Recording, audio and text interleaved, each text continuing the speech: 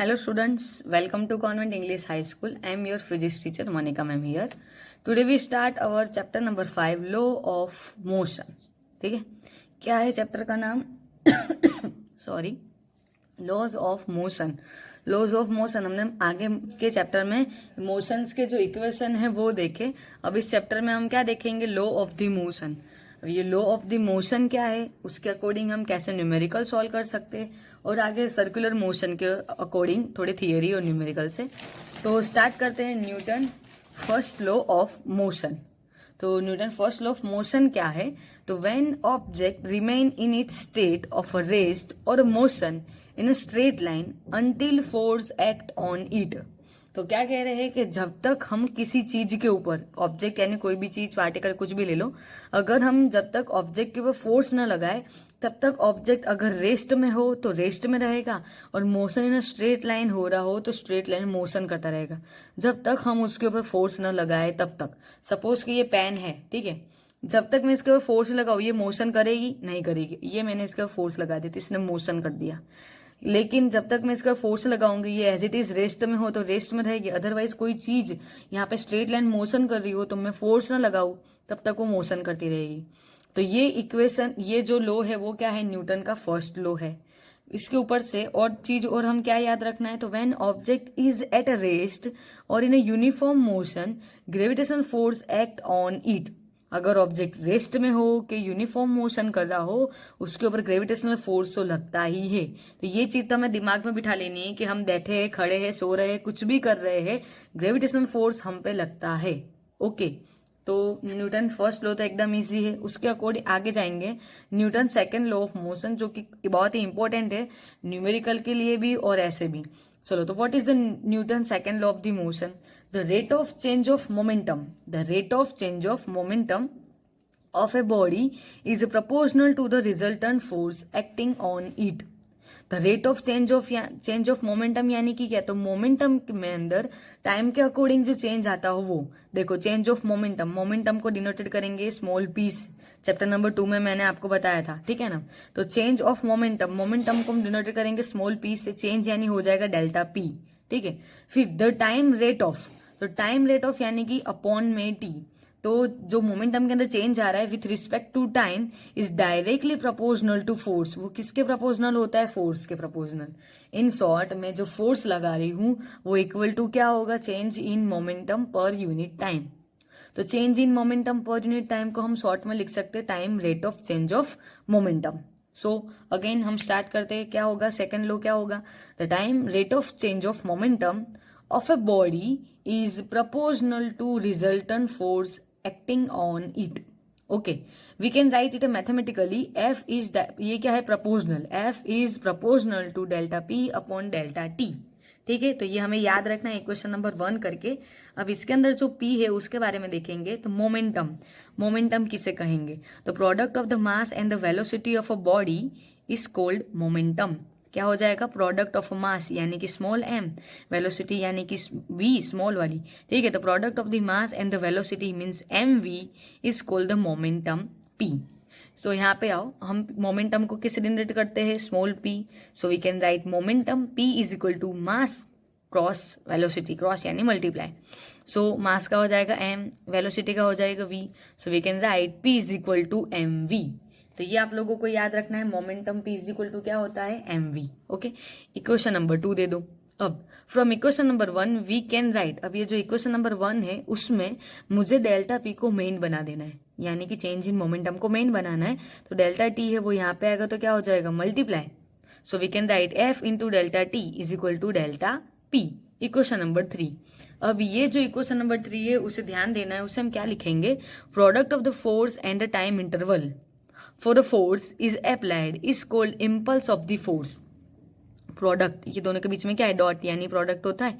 तो product of the force and time interval, delta T यानी time interval. तो product of the force and the time interval is called impulse of the force. ठीक है, तो उससे हम क्या बोलेंगे? Impulse of a force. So we can write impulse of a force is equal to F into delta T. पर आपको दिख रहा है क्वेश्चन नंबर 3 में कि F into delta T impulse of the force तो है, लेकिन इक्वल टू क्या होता है? Change in momentum. So we can write impulse of a force is equal to the change in momentum. तो आपको दो चीज पता चल गई. एफ इंटू डेल्टा टी क्या होता है, इम्पल्स ऑफ द फोर्स, और ये इम्पल्स ऑफ द फोर्स इसको हम लिख सकते हैं एफ इंटू डेल्टा टी, जो कि इक्वल टू होता है डेल्टा पी। तो हम लिख सकते हैं impulse of force is equal to the delta P. Okay clear. तो ये इक्वेशन याद रखना है, P is equal to M V, और दूसरा एफ इंटू डेल्टा टी जो कि इम्पल्स ऑफ फोर्स है, और वो होता है equal to delta P. Okay चलो अब लास्ट है Newton third law of motion. Newton का थर्ड लॉ ऑफ मोशन क्या है, every action there is a reaction which is equal in magnitude but in opposite direction. तो हमारे यहाँ पे यूनिवर्स में every action there is reaction, हर एक एक्शन हो उसका एक रिएक्शन होता है, जो दोनों कैसे होते हैं, इक्वल डायरेक्शन, अरे इक्वल अमाउंट में, यानी कि इक्वल इन मैग्नीट्यूड, बट उनकी डायरेक्शन कैसी होगी, अपोजिट होगी। जैसे कि आप किसी को एक चांटा दे दो तो सामने आपको मिलेगा ना, पर ये नहीं बोल सकते कि वो सेम अमाउंट में मिलेगा कि नहीं, शायद ज्यादा जोर से भी लग जाए, है ना। ओके तो ये तो जस्ट एग्जांपल है, जस्ट ओके ठीक है। तो हर एक एक्शन का हमारे पास में क्या मिलता है, रिएक्शन मिलता है। तो एक्शन और रिएक्शन दोनों कैसे होते हैं, इक्वल इन मैग्नीट्यूड, बट कैसे डायरेक्शन में होता है, अपोजिट डायरेक्शन में होता है। जैसे आप एग्जांपल में ले लो, गन है, ठीक है, तो गन है, तो गन में अगर आप ट्रिगर करते हो तो बुलेट बाहर निकलती है, तो बुलेट कहाँ जाती है, आगे की डायरेक्शन में, लेकिन गन कहाँ जाती है, पीछे की डायरेक्शन में। तो every action there is a reaction, but कैसे होते हैं, सेम अमाउंट में, equal in magnitude, but direction कैसी होगी, अपोजिट होगी। Okay so we can write F A B is equal to minus F B A. दोनों फोर्स कैसे, ये समझो एक्शन और ये रिएक्शन, तो दोनों कैसे इक्वल है बट अपोजिट डायरेक्शन में, इसलिए यहाँ पे हो जाएगा minus B. F A B को हम क्या लिख सकते हैं, force acting on A due to the B. उसी तरह से यहाँ पे क्या लिख सकते हैं, force acting on a B due to the A, but direction कैसी होगी, अपोजिट होगी, इसलिए यहाँ पे आ जाएगा माइनस। ठीक है, तो फर्स्ट लॉ क्या था, तो जब तक हम कोई चीज रेस्ट में होके मोशन में उसका फोर्स न लगाए तो वो एज इट इज, उसकी जो स्टेट है उसमें रिमेन एज इट इज होती है। सेकेंड लॉ क्या है, तो change in the momentum is equal to the applying force. फिर F into delta T is equal to delta P. तो एफ इंटू डेल्टा टी क्या होता है, तो एफ इंटू डेल्टा टी होता है impulse of the force and is equal to the change in the momentum, यानी कि डेल्टा पी। ओके और थर्ड लॉ क्या है, तो every action there is a reaction but in a opposite direction. Okay clear. अगर अब मेरी बात सुनो, ये जो इक्वेशन लॉ है न्यूटन का, first law, second law, third law, ये इस बार के आपके न्यू सिलेबस में कट कर दी है। लेकिन मैंने आपको ये क्यों चला है, क्योंकि आपको फर्स्ट सेकंड थर्ड लॉ नहीं आएगा तो आगे की जो थियरी है जो कि सिलेबस में है वो आपको समझ में नहीं आती। ठीक है, मैं डायरेक्टली उसमें लिख दूं from the Newton second law, लेकिन आपको पता ही ना हो कि भाई सेकंड लॉ क्या है, तो क्या आप थ्योरी समझोगे। इसलिए मैंने आपको ये समझाया हुआ है, और आपके सिलेबस में इस बार कट हुआ है, आपकी नॉलेज में से नहीं कट होना है, या तो आपके बेसिक में से कट नहीं होने वाला है। सो एग्जाम में भले हम ये नहीं पूछे, लेकिन आपकी बुक में इतनी चीज लिखी होनी चाहिए, आगे 12th में या तो आगे कहीं भी फिजिक्स की स्ट्रीम में जाओगे तो ये एकदम बेसिक है। ठीक है, सिलेबस में से कट हुआ है ड्यू टू द कोरोना, आपकी नॉलेज के लिए, आपकी लाइफ में कट नहीं हुआ है। तो ये लिखना है, पढ़ना है और लर्न भी करना है, और ये चीज फंडा क्लियर होगा तो आगे की थ्योरी समझ में आएगी जो कि सिलेबस में है। Okay so next topic is conservation of the momentum. अब कंजर्वेशन वर्ड से तो आप सब वाकिफ हो, ठीक है ना। कंजर्वेशन यानी कि क्या, प्रोटेक्ट करना, देखरेख करना, संरक्षण करना। ठीक है, तो कंजर्वेशन ऑफ मोमेंटम, तो यहाँ पे मुझे मोमेंटम का कंजर्वेशन करना है। तो कंजर्वेशन यानी कि क्या होता है, जैसे कि कंजर्वेशन ऑफ एनर्जी की बात करें तो कंजर्वेशन ऑफ एनर्जी क्या होता था कि energy can not be destroy nor a created. Energy destroy भी नहीं होती और क्रिएटेड भी नहीं होती। It means energy just transform in one form to the another form. Energy का सिर्फ ट्रांसफॉर्मेशन होता है एक फॉर्म में से दूसरे फॉर्म में। तो सिस्टम के अंदर टोटल जितनी एनर्जी होती है वो कैसी होती है, remain as it is. Suppose कि सिस्टम के अंदर 1000 किलो जूल एनर्जी है, तो उसमें से 2000 जूल एनर्जी एक फॉर्म में से दूसरे फॉर्म में ट्रांसफर हो गई। लेकिन इसका मतलब ये नहीं कि एनर्जी बढ़ गई कि कम हो गई, एनर्जी जितनी है उतनी की उतनी ही रहती है। तो उसे हम कहते हैं conservation of energy. Just like this, यहाँ पर भी ऐसा ही है, कंजर्वेशन ऑफ मोमेंटम। तो मोमेंटम यानी क्या है, P is equal to M V. Okay, तो यहाँ पे हमें देखना है कि इनिशियल जो कंजर्वेशन ऑफ, इनिशियल जो मोमेंटम था वही मुझे फाइनल मोमेंटम मिलता है, जिसे हम कह सकते हैं कंजर्वेशन ऑफ मोमेंट। तो मुझे यहाँ पे प्रूव करके दिखाना है कि इनिशियल में जितना मोमेंट था क्या उतना ही मोमेंट मुझे बाद में, यानी कि आफ्टर मिल रहा है कि नहीं, बिफोर जितना था उतना ही मुझे आफ्टर मोमेंटम मिल रहा है कि नहीं। अगर मिले तो उसे हम कहेंगे conservation of momentum. Okay, so start. For isolated system, total linear momentum of the system remain constant. ठीक है, पहले ही बोल दिया कि सिस्टम के अंदर जितना भी मोमेंटम होता है वो कैसा होता है, कांस्टेंट होता है. अब वो मुझे प्रूव करना है. So consider two objects A and B, let their initial momentum be P A and P B. दो ऑब्जेक्ट लेना है, ए और बी. ए का मोमेंटम होगा पी ए, दूसरे का होगा पी बी. पी स्मॉल में लिखना है.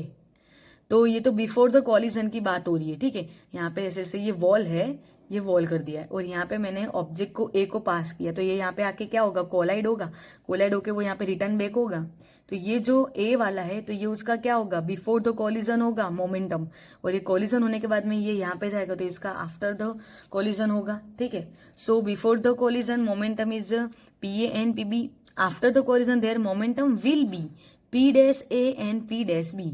ये कॉलिजन के पहले वाले मोमेंटम है और ये कॉलिजन के बाद वाले, कॉलिजन यानी कि टकराना. ठीक है ना, तो ये उसके बाद वाले मोमेंटम है. By Newton second law of motion. देखो आ गया ना Newton second law of motion. अगर मैं आपको चलाऊं और बोलूं डायरेक्टली ये Newton second law of motion तो क्या समझते आप. लेकिन अब आपको सब क्लियर है. न्यूटन का सेकंड लॉ ऑफ मोशन क्या था, F into delta T is equal to delta P. Okay, तो हम यहाँ पे लिखेंगे F A B dot delta T is equal to delta P. Delta P की जगह पे क्या लिख सकते, चेंज इन मोमेंटम. चलो पहले क्या था, पी ए, अभी कितना है, पी डैश ए. तो हम लिख सकते P dash A minus P A, final minus initial. So we can write F A B dot delta T is equal to, क्या लिख सकते, P F P A dash minus B A. तो जैसे A B के लिए लिखा उसी तरह से मुझे बी ए के लिए लिखना है. सो F B A dot delta T is equal to delta P F P dash B minus P B. Okay, P dash B minus P B. ये ए बी का था तो इसमें आगे क्या लिखा है, A, force acting on A due to the B. तो ए के ऊपर फोर्स लग रहा है तो मोमेंटम चेंज किसका होगा, ए का होगा. तो ये ए के लिए एफ बी ए, बी के ऊपर फोर्स लग रहा है तो मोमेंटम चेंज किस में होगा, बी में. ठीक है, अब मुझे ए बी का भी मिल गया, बी ए का भी मिल गया. अब ये तो हो गया according to the second law. अब now using the third law of motion. क्या था third law of motion, every action there is a reaction but in opposite direction. सो ये एफ ए बी एक्शन है और ये जो मुझे रिटर्न मिल रहा है बी ए वो रिएक्शन है. एक दूसरे के कैसे इक्वल है. ठीक है, लेकिन कैसे, अपोजिट डायरेक्शन, इसलिए यहाँ पे आ गया माइनस. चलो एफ ए बी की वैल्यू कितनी है, P A dash minus P ए. तो यहाँ पे पहले तो चलो यहाँ पे पहले इन लोगों ने एफ ए बी की जगह पे रख दिया F A B dot delta T, यहाँ पे रख दिया F B A dot delta T और माइनस एज इट इज. अब F A B dot delta T की वैल्यू क्या है, P A dash minus P A, ये यहाँ पे लिख दिया. और एफ बी ए की वैल्यू क्या है, P B dash minus P A, और आगे तो माइनस है ही. ओके, अब ये जो माइनस में इसको दे दूं तो पी बी डैश कैसा हो जाएगा, माइनस, इक्वल टू के साइड जाएगा तो कैसा हो जाएगा, प्लस. तो P A dash plus P dash B. Okay, या तो पी बी डैश, तो ये माइनस इक्वल टू के साइड प्लस हो गया. अब ये जो पी बी है ये माइनस माइनस क्या हो जाएगा, प्लस. तो देखो पी बी प्लस हो गया. और ये जो माइनस पी है वो इक्वल टू किस साइड जाएगा तो कैसा हो जाएगा, प्लस. तो फाइनली मुझे मिलता है P A dash plus P B dash is equal to P A plus P B. अब आप वापिस से ध्यान करो तो डैश वाला क्या है, आफ्टर द कॉलिजन मोमेंटम है, और बिना डैश वाले क्या है, बिफोर द कॉलिजन है. तो आपको क्या दिख रहा है, after the collision momentum is equal to the before the collision of the momentum. पहले वाला जितना मोमेंटम था बाद में मुझे उतना ही मोमेंटम मिल रहा है. Thus for the isolated system total final momentum is equal to the initial momentum. ये मेरा फाइनल है. फाइनल मोमेंटम मुझे कितना मिला, equal to the initial momentum. यहाँ पे मोमेंटम या तो बढ़ रहा है ना तो कम हो रहा है, सेम एज इट इज ही मिल रहा है. सो हम कहेंगे this is the conservation of the momentum. तो आपको ये याद रखना है. ठीक है, चलो अब हम कुछ न्यूमेरिकल सॉल्व करेंगे. एक न्यूमेरिकल हम इस वीडियो में सॉल्व करते हैं और दूसरे जो ये जो हमने सब लो देखे और कंजर्वेशन ऑफ मोमेंटम देखा और आगे के चैप्टर में जो हमने मोशन के इक्वेशन देखे उन सब का टोटली यूज करके हम सेकेंड वीडियो में और कई सारे न्यूमेरिकल सॉल्व करेंगे. इसमें एक ये देख लेते हैं exercise 5.5. A constant retarding force of a 15 newton is applied to a body of a mass 20 kg. एक 20 kg का बॉडी है, उसके ऊपर 50 न्यूटन फोर्स लगा रहे, moving initially with speed of 15 metre per second. और वो जो बॉडी है वो कितनी स्पीड से जा रही है, 15 मीटर पर सेकेंड की स्पीड से जा रही है. How long the body take to stop. और बॉडी को स्टॉप करना हो, रिटार्डिंग फोर्स बोला है, ठीक है ना, तो बॉडी को स्टॉप करना है तो मुझे कितना टाइम लगेगा, हाउ लॉन्ग यानी टाइम. अब यहाँ पे रिटार्डिंग वर्ड आप पहले भी एक बार सुन चुके हो। रिटार्डिंग यानी आप समझो कि जो अपोजिट डायरेक्शन में फोर्स लगता हो। रिटार्डिंग फोर्स यानी कि अपोजिट डायरेक्शन में जो फोर्स लगता हो और वो जो मोशन को क्या कर रहा है, स्टॉप कर रहा है, मोशन की स्पीड है उसे डिक्रीज करता है, ठीक है। और रिटार्डिंग फोर्स की जो वैल्यू है उसे हमेशा नेगेटिव ही लेना है। तो इन्होंने भले मुझे फोर्स 50 न्यूटन कहा है, लेकिन रिटार्डिंग मोशन के अपोजिट डायरेक्शन में होता है, इसलिए मुझे वो माइनस लेना है, sorry. So retarding force F is equal to हम लिखेंगे -50 न्यूटन, फिर mass M is equal to 20 kg and initial velocity V0 is equal to 15 metre per second. Initial velocity 15 metre per second है, उन्होंने बोल दिया stop करना है, तो इनडायरेक्टली उन्होंने मुझे बता दिया है कि फाइनल वेलोसिटी v कितनी है, 0। ये आपका दिमाग इसमें लगना चाहिए, ठीक है, v और v0 में।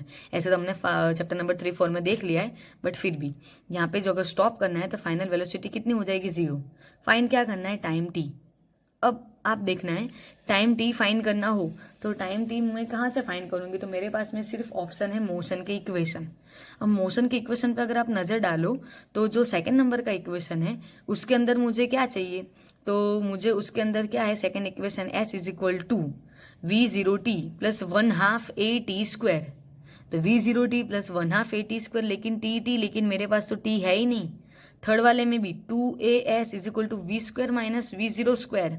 तो अगेन मेरे पास में x डिस्टेंस है ही नहीं, सेकेंड में भी डिस्टेंस नहीं है, थर्ड वाले में भी डिस्टेंस नहीं है, क्योंकि मुझे यहाँ पे डिस्टेंस की वैल्यू नहीं दी है। सो मुझे कौन सा इक्वेशन यूज करना होगा, फर्स्ट क्या है, v is equal to v0 plus at। v भी है, v0 भी है, a भी है। चलो रुक जाओ, a हमने ऊपर फाइंड करना है और t मुझे फाइंड करना है, ठीक है। तो a चाहिए, तो ए अभी है नहीं, लेकिन उसे हम फाइंड कर सकते हैं, मेरे पास में इतनी वैल्यू है तो उस वजह से मैं ए फाइंड कर सकती हूँ। तो पहले हम काम करेंगे ए फाइंड करने का, फिर हम इसमें से टी फाइंड कर लेंगे। So as we know F is equal to क्या होता है, मा एफ एम इंटू ए। तो अब मुझे चाहिए क्या है, एफ भी है मेरे पास में और एम भी है, चाहिए मुझे ए। तो मल्टीप्लाई में एम है, इधर आएगा तो डिवाइड में। So A is equal to F by M. F कितना है -50, एम कितना है 20, 0 0 कट, डिवाइड करेंगे मुझे मिलेगा -2.5 metre per second square. Minus लिखना भूलना नहीं क्योंकि इधर इन्होंने रिटार्डिंग कहा है, -2.5 मीटर पर सेकेंड स्क्वायर। चलो ए मिल गया। अब तो सब कुछ वैल्यू मेरे पास में टी के अलावा। According to the equation number of the equation of a motion v is equal to v0 plus at। v is equal to क्या है 0, v0 कितना है 15, a कितना है -2.5, t तो हमें फाइंड करना है। माइनस वाला टर्म है इक्वल टू किस साइड जाएगा, प्लस हो जाएगा। सो मुझे कुछ इस तरह का मिलेगा। अब इसमें भी मुझे t चाहिए, तो 2.5 को मल्टीप्लाई में इधर आएंगे तो डिवाइड में। फिर अब तो आपके पास में कैल्सी है, इसमें कोई दिक्कत ही नहीं होगी। तो 15 डिवाइडेड बाई 2.5 करोगे तो आपको आंसर मिलेगा 6। So t is equal to 6 second. तो ये जो मास है 20 kg मास है जिसके ऊपर 50 न्यूटन फोर्स लग रहा है, जो कि 15 मीटर पर सेकेंड की स्पीड से जा रहा है, तो उससे ब्रेक लगाने के बाद में जो स्टॉप करने में कितना टाइम लगता है, 6 सेकेंड का टाइम लगता है, ठीक है। तो इस तरह से आपको जो वैल्यू दी गई हो और जो वैल्यू फाइंड करनी हो उनके बीच में पहले आपको रिलेशन फाइंड करना होगा। तो मैंने ये सपोज रिलेशन फाइंड कर लिया कि सेकंड मोशन नहीं आ रहा, मोशन थर्ड लोग भी मोशन भी नहीं आ रहा है, मतलब कि सेकंड इक्वेशन भी नहीं यूज होगा, थर्ड भी नहीं यूज होगा, फर्स्ट यूज होगा। अब फर्स्ट में मेरे पास में ए नहीं है, लेकिन ए हम फाइंड कर सकते। तो ये सबसे पहले हमने जो जो वैल्यू है वो लिख दी, फिर ए फाइंड किया एंड देन फिर मैंने टी फाइंड किया, ठीक है। चलो, तो इस तरह से आपको ये सब कुछ लर्न करना है और लिख लेना है। Okay, thank you.